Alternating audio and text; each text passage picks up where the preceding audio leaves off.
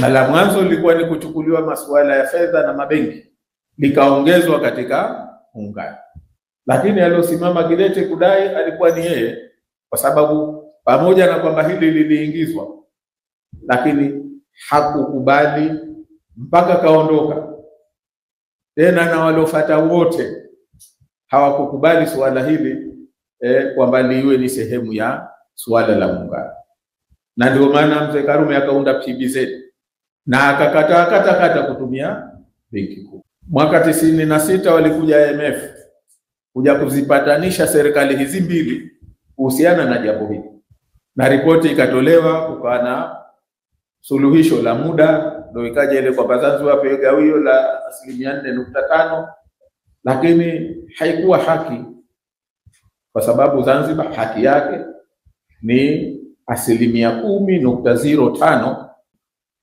Bahati nzuri zile kumbukumbu tulimpa sisi, kazieleza zote, kazifafanua kwa kina juu ya jambo hili.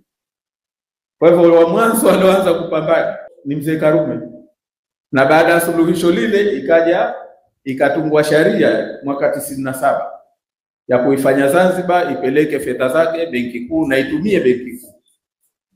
Lakini Dr. Salmin mpaka kaondoka hakuisaini sheria ile, alikataa kata, kwa sababu wasema mpaka tuhakikishiwe haki yetu ya hisa 10.05 na fedha ambazo tulipaswa tulipe, ambazo ni mamilioni ya fedha, ziwe zimelipwa.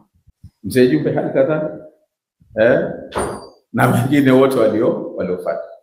Kwa hiyo si suala la kwamba chama gani kishinde, kwa sababu ndio tuliotoka nayo katika bodi ya Afrika Mashariki, na ushahidi upo, ushahidi kwamba ilifanyika dhuluma ya maksud, zilifanyika njama za maksud kuitoa Zanzibar isiwe na haki katika masuala ya sarafu na fedha.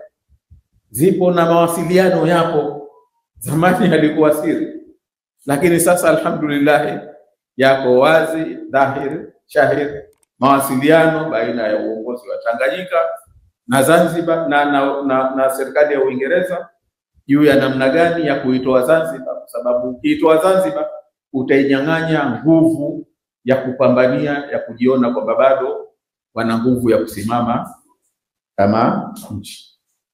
Mawasiliano yapo, na bahati nzuri wale ambao wamewahi kusoma kitabu cha Profesa Chivji cha Pan-Africanism